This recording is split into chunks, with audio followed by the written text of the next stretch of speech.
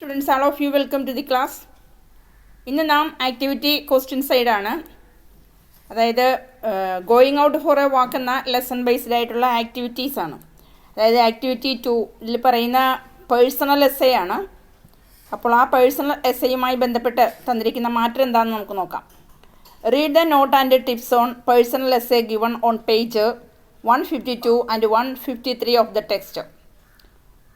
അതായത് 152, 153 എന്നീ പേജുകളിൽ ആ ചാപ്റ്റർ ബേസ്ഡ് ആയിട്ടുള്ള ടെക്സ്റ്റിൽ തന്നിരിക്കുന്ന കാര്യങ്ങളെ നമ്മളൊന്ന് വായിച്ചിട്ട് എന്ത് ചെയ്യണം? Attempt to write a personal essay on the topic of your choice. നിങ്ങളുടെ ഇഷ്ടത്തിൽ, നിങ്ങൾക്ക് താല്പര്യമുള്ള ഒരു വിഷയത്തിൽ, ഉദാഹരണം സ്വിമ്മിങ്, ജോഗിങ്, ഇങ്ങനെ ഏതെങ്കിലുമൊക്കെ ഇഷ്ടമുള്ള ഒരു വിഷയം എടുത്തിട്ട് അതിനെപ്പറ്റി അനലൈസ് ചെയ്യുക എന്നതാണ് ചോദ്യം. ഓക്കെ, അപ്പോൾ നോക്കാം എൻ്റെ answer. The other day I was walking with my friend when I saw a gruesome sight. The two young boys were working at a construction site. They were carrying heavy loads of bricks on their heads. They were about 10 years old. They wore rags and poverty was writ large on their faces. Although child labor is banned in India, may people still make children do a lot of hard work. I felt sorry for them. അപ്പം നിങ്ങൾക്ക് ഇഷ്ടമുള്ള ഒരു വിഷയത്തെക്കുറിച്ച് ചെറുതായിട്ട് 2 പേജിൽ കവിയാതെ എഴുതുക എന്നുള്ളതായിരിക്കും ചോദിക്കുന്നത്. അപ്പോൾ അങ്ങനെ ആകുമ്പോഴേക്കും അതിനെ സംബന്ധിച്ച് ചെറിയൊരു വിവരണം നിങ്ങൾ നൽകണം. അപ്പോൾ ഇവിടെ നൽകിയിരിക്കുന്നത് എന്താണ് പറഞ്ഞിരിക്കുന്നത്? ആ ഒരു പാർട്ട് എന്ന് പറയുന്നത്, ഒരു ദിവസം ഞാൻ എൻ്റെ കൂട്ടുകാരനുമൊത്ത് പുറത്ത് നടക്കാൻ പോവുകയായിരുന്നു. അപ്പോൾ എനിക്ക് വളരെ പരിതാപകരമായ ഒരു കാഴ്ച കണ്ടു. അതായത് 2 കൊച്ചുകുട്ടികൾ, 10 വയസ്സ് മാത്രം പ്രായമുള്ള കുട്ടി, അവർ 2 പേര് കൺസ്ട്രക്ഷൻ സൈറ്റിൽ വർക്ക് ചെയ്യുന്നു. അവരെന്താ ചെയ്യുന്നത് വെച്ചാൽ ഇഷ്ടിക, നല്ല ഭാരമുള്ള ഇഷ്ടിക അവരുടെ തോളിൽ ചുമന്നുകൊണ്ട് പോകുന്ന കാഴ്ചയാണ് കണ്ടത്. 10 വയസ്സ് മാത്രമേ പ്രായമുള്ളൂ എന്ന് ഓർക്കണം. അപ്പോൾ അങ്ങനെ വരുമ്പോൾ അവരുടെ മുഖത്തേക്ക് നോക്കിയാൽ അറിയാം ഭയങ്കരമായ കഷ്ടപ്പാടും ദുരിതവും പട്ടിണിയും എല്ലാം അനുഭവിക്കുന്ന കുട്ടികളാണെന്ന് അവരുടെ മുഖം വിളിച്ചോതുന്നുണ്ടായിരുന്നു. അപ്പോൾ നമുക്കറിയാം നമ്മുടെ നാട് ചൈൽഡ് ലേബർ ബാനിഷ് ചെയ്തിട്ടുള്ളതാണ്, അതായത് ഒഴിവാക്കിയിട്ടുള്ളതാണ്, അല്ലെങ്കിൽ നിർത്തലാക്കിയിട്ടുള്ളതാണ്. ചൈൽഡ് ലേബർ, ബാലവേല നിർത്തലാക്കിയിട്ടുള്ളതാണ്. പക്ഷേ ഇപ്പോഴും ചെറിയ കുട്ടികൾ ഇതെല്ലാം ചെയ്യുന്നു എന്നത്, ഹാർഡ് വർക്ക് ചെയ്യുന്നു എന്ന് കാണുമ്പോൾ വളരെ വിഷമം തോന്നും. എനിക്കും കാഴ്ച കണ്ടപ്പോൾ വലിയ വിഷമം തോന്നിയിരുന്നു. അപ്പോൾ ഇവിടുത്തെ സബ്ജക്റ്റ് ചൈൽഡ് ലേബറിനെ കുറിച്ചാണെന്നറിയാം. അപ്പോൾ ഏതെങ്കിലും ഇഷ്ടമുള്ള ഒരു സബ്ജക്റ്റിനെ പറ്റിയാണ് എഴുതാൻ പറയുന്നതെങ്കിൽ നിങ്ങൾക്ക് ഇങ്ങനെ ഒരു സബ്ജക്റ്റ് തിരഞ്ഞെടുക്കാം, ബാലവേല. Okay. Child labor refers to the employment of children in any work that deprives them of their childhood and interferes with their ability to attend regular school. It also refers to any employment of children in jobs that are mentally, physically, socially or morally harmful. Employing children in jobs which are supposed to be done by the adults is considered exploitative by many international organizations. Legislations across the world prohibit child labor. No country wants its children to spend their childhood in working at jobs which the adults are supposed to do.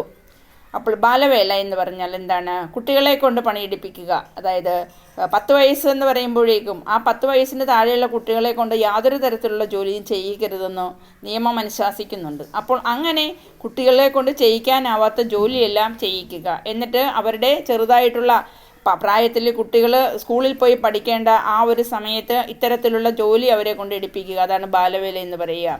അതുകൊണ്ട് തന്നെ കുട്ടികൾ ജോലി എടുക്കുമ്പോഴേക്കും അതവരുടെ മാനസികവും ശാരീരികവും സാമൂഹികവും ധാർമ്മികവുമായിട്ട് അവരെ വളരെയധികം മോശമായി ബാധിക്കും.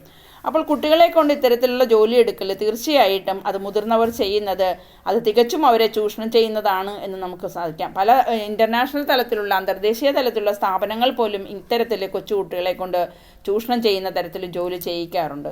അപ്പോൾ ഇവിടെ നിയമങ്ങളെല്ലാം ഉണ്ടാക്കിയിട്ടുണ്ട്, നിയമനിർമ്മാണം നടത്തിയിട്ടുണ്ട്. ചൈൽഡ് ലേബറിനെ എതിർപ്പാണ്, അല്ലെങ്കിൽ ചൈൽഡ് ലേബർ ബാലവേലയെ നിർത്തലാക്കിയിട്ടുണ്ട്. ബാലവേല പറ്റില്ല എന്ന തരത്തിലുള്ള നിയമവും കൊണ്ടുവന്നിട്ടുണ്ട്. പക്ഷെ ഒരു രാജ്യവും തങ്ങളുടെ കുട്ടികളെ കുഞ്ഞുപ്രായത്തിലെ ചെറിയ രീതിയിൽ പോലും വർക്ക് ചെയ്യിക്കുവാനായിട്ട് ഒരു രാജ്യവും ആഗ്രഹിക്കുന്നില്ല. എങ്കിലും മുതിർന്നവരും അങ്ങനെ ചെയ്യാൻ ആഗ്രഹിക്കുക. എന്നാലും നമ്മുടെ നാട്ടിൽ ചില ആൾക്കാർ അങ്ങനെ കൊച്ചുകുട്ടികളെ കൊണ്ട് ജോലി എടുപ്പിക്കുന്നുണ്ട്.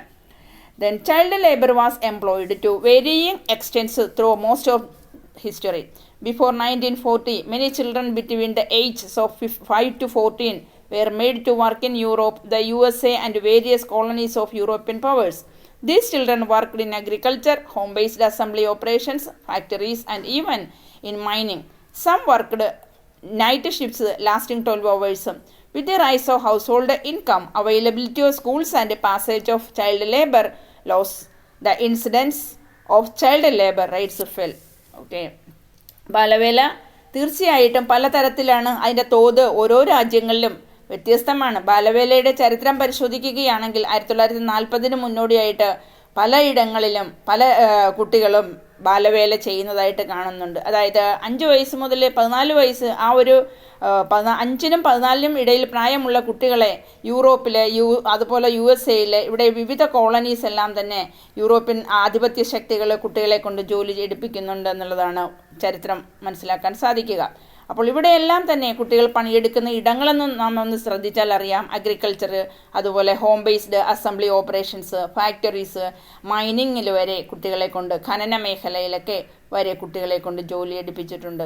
ചില കുട്ടികളാവട്ടെ രാത്രി ഷിഫ്റ്റിലും വർക്ക് ചെയ്യുന്നുണ്ട്. അത് ഏകദേശം 12 മണിക്കൂറോളം രാത്രി ഷിഫ്റ്റിലും കൊച്ചുകുട്ടികൾ വർക്ക് ചെയ്യുന്ന ഹിസ്റ്ററിയാണ് നമുക്ക് കേൾക്കാൻ കഴിയുന്നത്. അപ്പോൾ ഹൗസ് ഹോൾഡ് ഇൻകംസ് എല്ലാം തന്നെ വർദ്ധിക്കുമ്പോൾ സ്കൂളും അതേപോലെ തന്നെ കുട്ടികളുടെ ലേബർ ലോസും എല്ലാം ഉണ്ടെങ്കിലും ഇത്തരത്തിലുള്ള സാധ്യതകൾ അല്ലെങ്കിൽ ഇത്തരത്തിലുള്ള ബാലവേലകളെല്ലാം തന്നെ കുറച്ചെങ്കിലും കുറഞ്ഞിട്ടുണ്ട് എന്ന് വേണം കരുതാനായിട്ട്. അതായത് സ്കൂളിലേക്ക് കുട്ടികൾ പോകാൻ തുടങ്ങുന്നത്, സ്കൂളിൻ്റെ അവൈലബിലിറ്റി എല്ലാം വന്നപ്പോഴേക്കും കുറച്ചൊക്കെ ബാലവേലയൊക്കെ, അതായത് ബാലവേല നേരത്തെ ഉണ്ടായിരുന്ന അളവിനേക്കാൾ കുറച്ചുകൂടിയെങ്കിലും കുറയ്ക്കുവാനായിട്ട് സാധിച്ചിട്ടുണ്ട്. അതായത് ഹൗസ് ഹോൾഡ് ഇൻകം, അതായത് വീട്ടിൽ മുതിർന്നവർ ജോലി ചെയ്ത് വരുമാനം ഉണ്ടാവുന്ന ഒരു അവസരം വരുന്നു. അതുപോലെ സ്കൂള് കൂടുതൽ അവൈലബിലിറ്റി ഉണ്ടാവുന്നു. അപ്പോൾ കൊച്ചുകുട്ടികളൊക്കെ ബാലവേലയിൽ നിന്നും മാറ്റി മറ്റ് മുതിർന്നവർ ജോലിക്ക് പോകുന്നു. കൊച്ചുകുട്ടികളെ കുറച്ചൊക്കെ അതിൽ നിന്നും പിന്തിരിപ്പിച്ചിട്ടുണ്ടെന്ന് നമുക്ക് പറയാൻ പറ്റും. Then again, in developing countries where there is high poverty and less opportunities for schooling, child labor is still prevalent. In 2010, Sub-Saharan Africa and the highest incidence of mild labor, with several African nations witnessing over 50% of children aged between 5 to 14 working. Agriculture is the largest employer of child labor.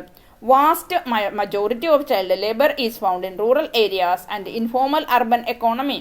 Even parents make their children labor hard at homes and in the fields. Poverty and lack of schools are the main causes for child labor. അതായത് developing കൺട്രീസിലെ വികസിത രാജ്യങ്ങളല്ല, വികസ്വര രാജ്യങ്ങളിലേക്ക് നാം ഒന്ന് നോക്കിയാൽ അവിടുത്തെ അവസ്ഥ എന്താ? ദാരിദ്ര്യത്തിൻ്റെ അവസ്ഥ കൂടുതലാണ്. അതുപോലെ തന്നെ സ്കൂളിങ്ങിൽ അല്ലെങ്കിൽ സ്കൂളിൽ കുട്ടികൾക്ക് പോകാനുള്ള അവസരം വളരെ കുറവായിരിക്കും. അങ്ങനെ സ്കൂളിൽ പോകാൻ അവസരമില്ലാതെ വരുമ്പോൾ കുട്ടികൾ തീർച്ചയായിട്ടും ചൈൽഡ് ലേബർ എന്നുള്ള ആ ഒരു സിറ്റുവേഷൻ അവിടെ വരുന്നു എന്നുള്ളതാണ്.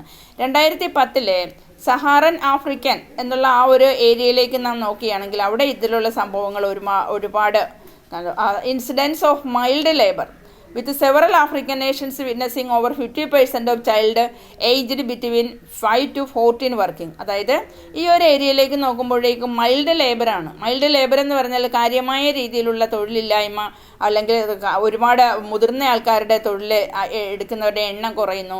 ധാരാളം ആഫ്രിക്കൻ നേഷൻസിലെ അവർ സാക്ഷ്യം വഹിക്കേണ്ടി വന്നിട്ടുണ്ട്. 50%-ലധികം കുട്ടികൾ, അതും 5 വയസ്സിനും 14 വയസ്സിനും ഇടയിലുള്ള കുട്ടികൾ അവിടെ തൊഴിലിടങ്ങൾ തേടിയെത്തുന്നു. അവർ പണിയെടുക്കുന്നത് ഭൂരിഭാഗവും കാർഷിക മേഖലയിലാണ് എന്നുള്ളതാണ്.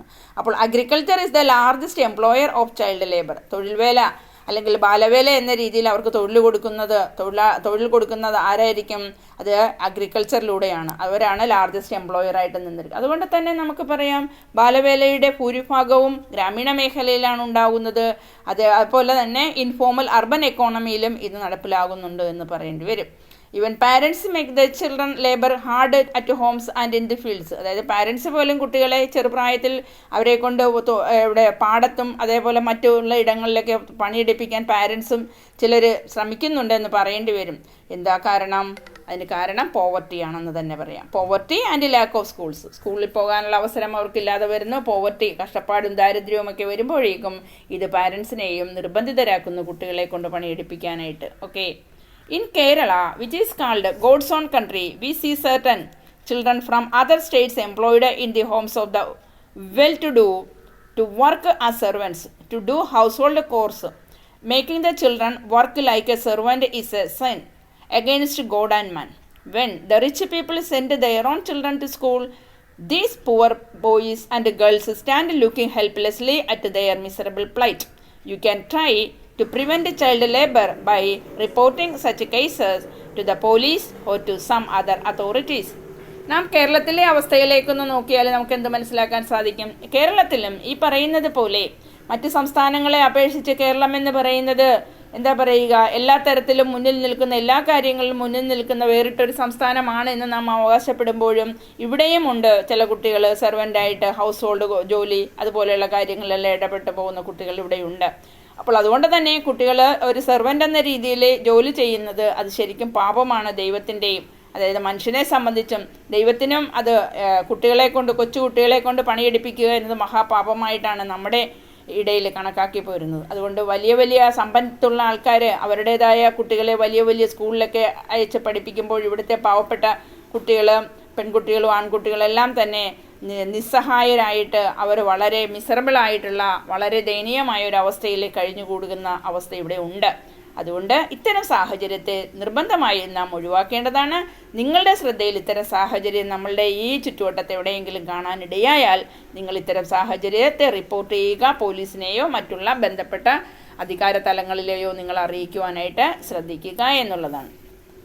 Then again, God has given us, once again, God has given us childhood to enjoy and to learn. It is gross injustice to deprive the children of their childhood and learning opportunities. In the novels of Charles Dickens, we see how boys like Oliver Twist suffered because of child labor. Remember, each child has a dream. Don't deprive him of it. God will never forgive you if you are the cause to deprive a child of his dream. The last paragraph. My friend and I went to the nearest police station to report what we saw at the construction site.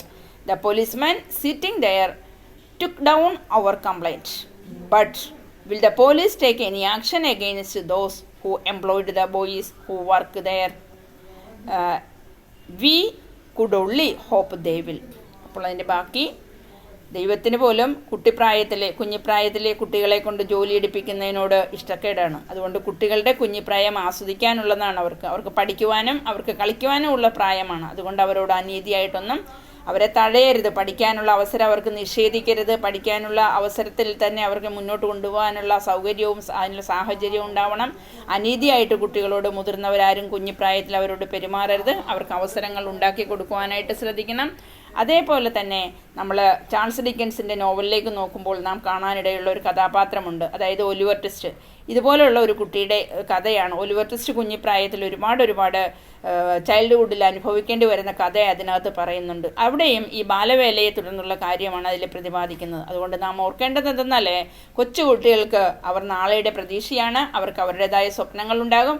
അവരെ ഒരിക്കലും സ്കൂളിൽ പോകുന്നതിൽ നിന്നും തടയരുത്. അവർക്ക് അവസരങ്ങൾ ഉണ്ടാക്കി കൊടുക്കണം. അതുകൊണ്ട് ഒരിക്കലും നിങ്ങൾ കൊച്ചുകുട്ടികളോടൊപ്പം നിന്ന് അവർക്ക് സ്കൂളിൽ പോകാനുള്ള അവസരം ഉണ്ടാക്കി കൊടുക്കാതെ വന്നാൽ ദൈവം പോലും നിങ്ങളോട് പൊറുക്കില്ല എന്നത് നിങ്ങൾ ഓർക്കണം. ഓക്കെ, അവൻ്റെ സ്വപ്നത്തിൽ എത്തിച്ചേരാനായിട്ടുള്ള അവസരം ഉണ്ടാക്കി കൊടുക്കേണ്ട ഉത്തരവാദിത്തം മുതിർന്നവരെന്ന രീതിയിൽ നമുക്ക് ഓരോരുത്തർക്കുമുണ്ട്. അപ്പോൾ ഞാൻ എൻ്റെ സുഹൃത്തുമൊത്ത് അടുത്തുള്ള ഒന്ന് പുറത്തേക്ക് ഇറങ്ങിയപ്പോഴാണ് ഇങ്ങനെയുള്ള കാഴ്ച കാണാനിടയായത്. അപ്പോൾ തന്നെ ഞാൻ എന്താ ചെയ്തതെന്ന് ചോദിച്ചാൽ, അടുത്ത പോലീസ് സ്റ്റേഷനിലേക്ക് പോയി ഇങ്ങനെ ഒരു ബാലവേല ഇവിടെ നടക്കുന്നുണ്ടെന്നുള്ള കാര്യം റിപ്പോർട്ട് ചെയ്യുകയും അത് കൺസ്ട്രക്ഷൻ സൈറ്റിലാണെന്ന് അവരോട് പറയുകയും ചെയ്തു. അപ്പോൾ പോലീസ്മാൻ ഉടൻ തന്നെ കംപ്ലൈൻറ്റ് എഴുതി വാങ്ങുകയും ചെയ്തു. എന്നാൽ ഈ പോലീസുകാർ അതിനെതിരെ എന്തെങ്കിലും നടപടിയെടുത്തോ എന്നുള്ളത് നമുക്ക് അറിയില്ല. അത് തീർച്ചയായിട്ടും ഞങ്ങൾ പ്രതീക്ഷിക്കുന്നു അവർ അത് ചെയ്യുമെന്ന്. ഇതിനു വേണ്ട നടപടി, ബാലവേല ഇല്ലായ്മ ചെയ്യുന്നതിന് ആ സൈറ്റിൽ കണ്ട് അതിനെതിരെ ആക്ഷൻ എടുക്കാൻ അവർ എന്തെങ്കിലും നടപടി സ്വീകരിക്കുമെന്നാണ് ഞങ്ങളുടെ പ്രതീക്ഷ. ഓക്കെ, അപ്പോൾ ഇതിനകത്ത് ബാലവേലയുമായി ബന്ധപ്പെട്ട വിഷയമാണ് ഒരു എസ്സേയായിട്ട് ചോദിക്കുക. അപ്പോൾ ഇതൊരു ആക്ടിവിറ്റി ക്വസ്റ്റ്യൻ ആണ്. കാരണം നിങ്ങൾ പഠിക്കുന്ന ഭാഗത്ത് നിന്നല്ലാതെ വെളിയിൽ നിന്ന് ഒരുപാട് ചോദ്യങ്ങൾ ഇത്തരത്തിൽ ചോദിക്കും. അപ്പോൾ നിങ്ങളൊരു പർട്ടിക്കുലർ സബ്ജക്റ്റിനെ പറ്റി ഒന്ന് വിശദമായി പ്രതിപാദിക്കുക എന്ന് പറഞ്ഞാൽ നിങ്ങൾക്ക് ഇഷ്ടമുള്ള ഒരു സബ്ജക്റ്റ് തിരഞ്ഞെടുക്കാനുള്ള സ്വാതന്ത്ര്യമുണ്ട്. അങ്ങനെയാവുമ്പോഴേക്കും ഇത്തരത്തിൽ ഈ ഒരു സബ്ജക്റ്റ് നിങ്ങൾക്ക് ഹെൽപ്ഫുൾ ആകും. ഓക്കെ, ചൈൽഡ് ലേബർ എന്നുള്ള സബ്ജക്റ്റിനെ കുറിച്ചാണ് ഇവിടെ ഇന്ന് പ്രതിപാദിപ്പിച്ചിരിക്കുന്നത്. ഇത് നിങ്ങളുടെ പരീക്ഷാ സമയത്ത് നിങ്ങൾക്ക് വളരെയധികം സഹായകമാവട്ടെ ഈ ഒരു സബ്ജക്റ്റിൻ്റെ ഈ ഒരു എക്സ്പ്ലനേഷൻ എന്ന് വിശ്വസിക്കുന്നു. Okay, thank you. ആദ്യമായിട്ട് ക്ലാസ് കേൾക്കുന്ന ഒരു +1 സ്റ്റുഡൻ്റ് ആണെങ്കിൽ തീർച്ചയായിട്ടും ഒന്ന് സബ്സ്ക്രൈബ് ചെയ്തിട്ട് കണ്ടിന്യൂസ് ആയിട്ടുള്ള ക്ലാസ് കേൾക്കുക. ഒന്നും മിസ് ചെയ്യാതെ നിങ്ങൾ ക്ലാസ് കണ്ടിന്യൂസ് ആയിട്ട് കേൾക്കാൻ ശ്രദ്ധിക്കുക. Okay, thank you.